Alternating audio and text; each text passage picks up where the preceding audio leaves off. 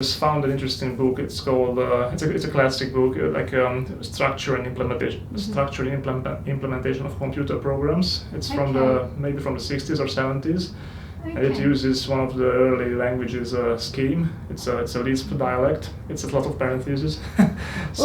It'd be interesting if you could send that to me, and I can share it in the show notes for people that would be interested. Yeah, sure. I can send a link. It's available freely online.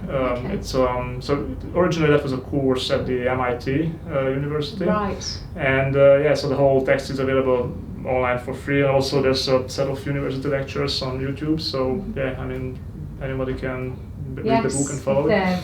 So I just thought I would give it a go. And the funny thing, the book doesn't even mention functional programming, but it has lots of exercises. And I was just, it was interesting. I just kept doing the exercises.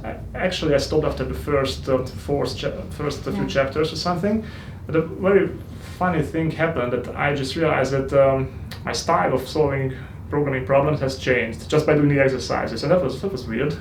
It was for the better actually. So I just. It's a different paradigm, so it's a kind of a tricky book. It doesn't really say up front what's going to happen to you, but it just makes you solve a certain set of exercises which transform your thinking. It's almost like magic or voodoo. It's a different paradigm. I guess it gives you like a different way of looking at problems. So is it like a eureka moment when? Yes, kind of yes. When you just realize, there's a better way how to do things than what I've been doing, so far. And so that got me interested, and but still I realized I can't really use that at work, because where were you working at this point when you had this eureka moment? At that point I was at Suncorp. So going back to your daily tasks feels kind of I don't know, like not as exciting? A bit disenchanting? Disenchanted, probably that's the right word. So it was like, I can learn about this in my free time, but why? Yeah, I mean, I can do it as a hobby, but otherwise it doesn't really help me in any way, if I'm working as a commercial programmer, because no one's really interested in this stuff.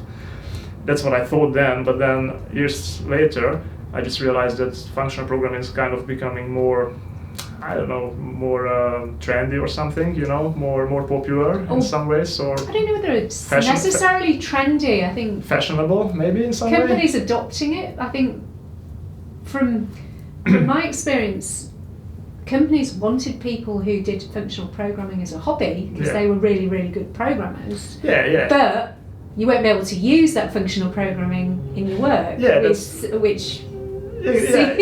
fine. And that's what I found as well, because just doing these exercises as a hobby made me a better Java programmer actually, because the concepts are the same. Like it's really simple.